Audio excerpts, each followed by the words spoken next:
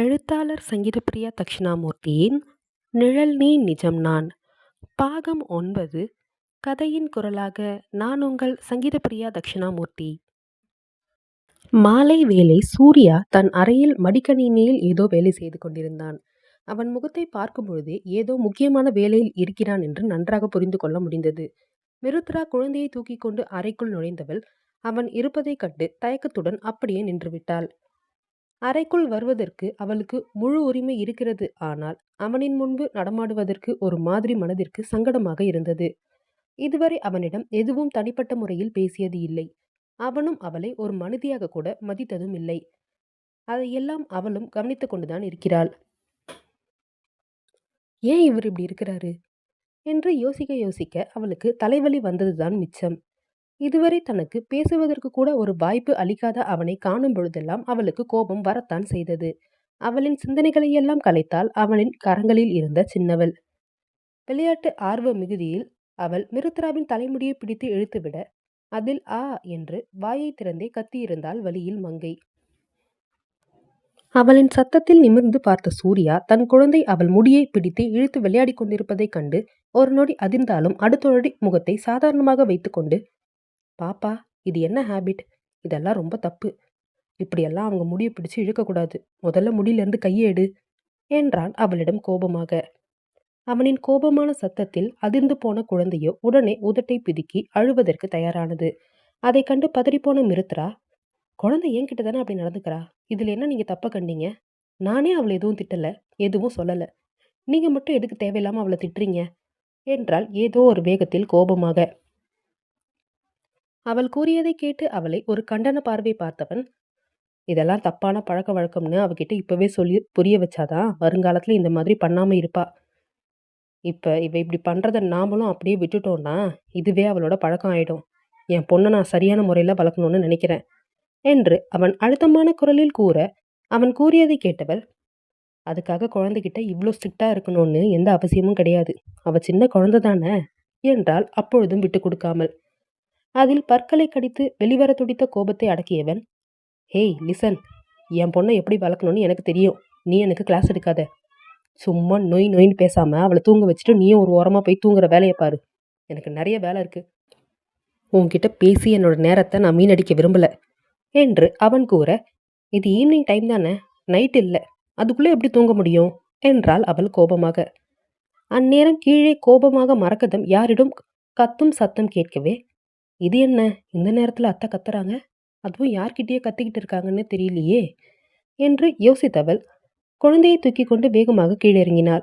சூர்யா கூட தன் தாயின் சத்தத்தை கேட்டு அதிர்ந்து போனவன், அம்மா இப்படி யார்கிட்ட சண்டை போடுறாங்க என்று யோசித்தவாறு மடிக்கணினியை மூடி வைத்துவிட்டு கீழே வந்தான். படிகளில் இறங்கி வந்து கொண்டிருந்தவன் அப்படியே பாதி படியில் நின்று விட்டான். கீழே நின்று இருந்த அந்த உருவத்தை கண்டவுடன் அவன் முகம் ஆக்ரோஷமாக மாற கைமுஷ்டிகள் இரண்டும் இறுகியது அவனுக்கு. அத்தை, என்னாச்சு? எதுக்காக இப்படி சத்தம் போட்டுக்கிட்டு இருக்கீங்க? யார் இவங்க என்று வேகமாக கேட்டவாறு மிருத்ரா மரகதத்தின் அருகே செல்ல, அவரின் முன்பு நின்று இருந்த அந்த பெண்ணின் முகமோ மிருத்ராவையும் அவள் கையில் இருந்த குழந்தையையும் பார்த்து கோபமாக மாறியது. ஏய், நீதான் என் புருஷனுக்கு 2வது பொண்டாட்டியா வந்திருக்கிறியா என்று அந்த பெண் ஆக்ரோஷமாக கத்த, அவள் கூறியதை கேட்டு அதிர்ந்து போனாள் மிருத்ரா. மரகதமோ, ஏய் வாய மூடுடி ஓடுகாலி நாயே, இன்னொரு வாட்டி என் மருமகளை பார்த்து நீ இந்த மாதிரி ஏதாவது பேசின உன்னை செருப்பாலேயே அடிப்ப என்றார் ஆக்ரோஷமாக. அதை கேட்டு கோபமடைந்த அந்த பெண்ணோ, அத்தை, வார்த்தையை அளந்து பேசுங்க. நான் தான் உங்க வீட்டுக்கு முதலா மருமகளா வந்தவ. எப்ப என் புருஷனுக்கு 2வது பொண்டாட்டியா வந்து இவளை நீங்க தலைமையில தூக்கி வச்சு பேசுறது எனக்கு கொஞ்சம் கூட பிடிக்கல. அதுவோ அவன் முன்னாடி என்ன இப்படி அவமானப்படுத்துற மாதிரி பேசுறீங்க? இதெல்லாம் கொஞ்சம் கூட சரி கிடையாது என்று அவள் கோபமாக கூற, உனக்கெல்லாம் எதுக்குடி மரியாதை கொடுக்கணும்? மரியாதை கொடுக்குற மாதிரியான காரியத்தையா நீ பண்ணியிருக்க? அநியாயமா என் புள்ள வாழ்க்கையையும் பேத்தி வாழ்க்கையும் இப்படி நாசமாக்கிட்டேடி. இப்போதான் என் பிள்ளைக்கு ஒரு நல்ல வாழ்க்கை அமைஞ்சிருக்குன்னு நான் நிம்மதியாக இருந்தேன். அதை கெடுக்கிறதுக்குன்னு வந்துட்டியா? முதல்ல யாரை கேட்டு நீ இந்த வீட்டுக்குள்ளே வந்த? வீட்டை விட்டு வெளியே போடி என்று அவர் ஆக்ரோஷமாக கத்த, யார் கேட்டு உள்ளே வரணும்? எனக்கு இங்கே வரத்துக்கு எல்லா உரிமையும் இருக்கு, இல்லைன்னு உங்களால் சொல்ல முடியுமா என்று அவளுக்கு பதிலுக்கு கத்த, எந்த உரிமையில நீங்கள் வந்திருக்க என்று வீடு அதிரும் வகையில் கர்ஜனையாக கேட்டது சூர்யாவின் குரல். சூர்யாவின் குரலை கேட்டவுடன் அந்த பெண்ணின் உடல் அப்பட்டமாய் பயத்தில் நடுங்கத் துவங்கியது. வேட்டையாட துடிக்கும் சிங்கத்தின் பார்வையுடன் கம்பீரமாக படிக்கட்டில் கீழே இறங்கி வந்த சூர்யாவோ மிருத்ராவின் அருகே வந்து அவள் கையில் இருந்த தன் மகளை வாங்கி தன் கரங்களில் கம்பீரமாக ஏந்தி கொண்டு, சொல்லு, இந்த வீட்டுக்குள்ள வரத்துக்கு உனக்கு என்ன உரிமை இருக்கு ஷைலஜா என்றான் ஆக்ரோஷமாக. அவன் கூறிய ஷைலஜா என்னும் பெண்ணோ, எனக்கு என்ன உரிமை இருக்குன்னு உங்களுக்கு தெரியாதா என்றாள் சற்று பயத்தை அடக்கி கொண்ட அவனிடம். முன்னாடி இந்த வீட்டுக்குள்ள வரத்துக்கு உனக்கு என்ன உரிமை இருந்ததோ அதெல்லாம் உன்கிட்ட இருந்து நான் பறிச்சிட்டேன். அது உனக்கு ஞாபகம் இருக்குல்ல என்று கம்பீரமான குரலில் சூர்யா ஆக்ரோஷமாக கூற அவன் கூறியதை கேட்டு முகம் கருத்து போனது ஷைலஜாவிற்கு. மிருத்ராவோ நடக்கும் நிகழ்வுகளை புரிந்து கொள்ள முடியாமல் தடுமாறி போனாள். ஆனால் ஒன்று மட்டும் அவளுக்கு நன்றாக புரிந்தது. ஷைலஜா தான் சூர்யாவின் முதல் மனைவி என்பதுதான் அது. இவள் எதற்கு இங்கு வந்திருக்கிறாள் என்று புரியாமல் அவள் நின்று கொண்டிருக்க சூர்யா மேலும் ஷைலஜாவிடம் கோபமாக பேசத் தொடங்கினான். என்ன ஷைலஜா, கேட்ட கேள்விக்கு பதில் சொல்ல முடியலையா? இங்கே பாரு, ஒரு விஷயத்த நல்லா புரிஞ்சுக்கோ. உனக்கும் எனக்குமான உறவு 6 மாதத்துக்கு முன்னாடியே முடிஞ்சிடுச்சு. எப்போ பிறந்த பிஞ்சு குழந்தை நமக்கு இருக்குங்கிற எண்ணம் கூட இல்லாமல் என் கூட வாழ விருப்பம் இல்லைன்னு சொல்லிட்டு என்னை விட்டு நீ போனியோ, அப்போவே உன்னை நான் என் வாழ்க்கையிலேருந்து தூக்கி எறிஞ்சிட்டேன். ஒருபடி நான் உனக்கு டைவர்ஸும் கொடுத்துட்டேன். அதுக்கு ஜீவனாம்சமா நீ எவ்வளவு பணம் கேட்டேன்னு உனக்கே தெரியும். கொஞ்சம் கூட வெக்கமே இல்லாமல் அங்கே கோர்ட்டில் எனக்கு இவ்வளோ பணம் வேணும்னு என்கிட்ட இருந்து கேட்டு வாங்கிட்டு தானே போனேன். அப்போவே எல்லாத்தையும் உனக்கு பைசல் பண்ணி நான் அனுப்பிட்டேன். இதுக்கப்புறம் உனக்கும் என்ன உரிமை இருக்குது இங்கே வந்து கத்திக்கிட்டு இருக்க? இந்த ஊர் உலகத்தை பொறுத்த வரைக்கும் இப்போ நீ என்னோட முன்னாள் பொண்டாட்டி, அவ்வளவுதான். மற்றபடி என் வாழ்க்கையில் இப்போ என்ன நடக்குதுங்கிறத நீ தெரிஞ்சுக்க வேண்டிய அவசியம் உனக்கு கிடையாது என்று அவன் ஆக்ரோஷமாக கூற, அது எப்படி என்னால் அமைதியாக இருக்க முடியும்?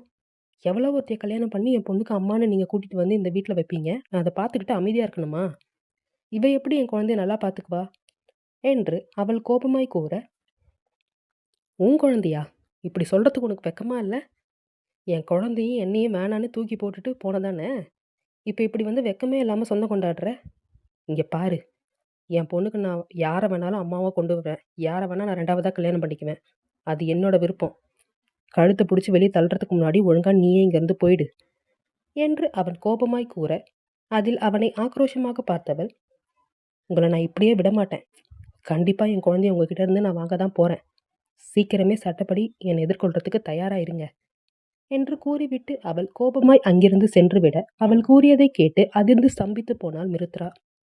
மரகதம் கூட அவள் கூறியதை கேட்டு பயந்து போனவர், சூர்யா, என்னப்பா இவ இப்படி சொல்லிட்டு போறா என்று அதிர்ச்சியும் பயமுமாய் கேட்க, அவளால் ஒன்றும் பண்ண முடியாதுமா, நான் பார்த்துக்கிறேன். அப்படி என்னதான் பண்ணுறான்னு நானும் பார்க்க தானே போகிறேன் என்றான் செல்லும் அவளை ஆக்ரோஷமாக பார்த்தவாறு சூர்யா. அடுத்து என்ன நிகழப்போகிறது என்பதை அடுத்த அத்தியாயத்தில் காணலாம்.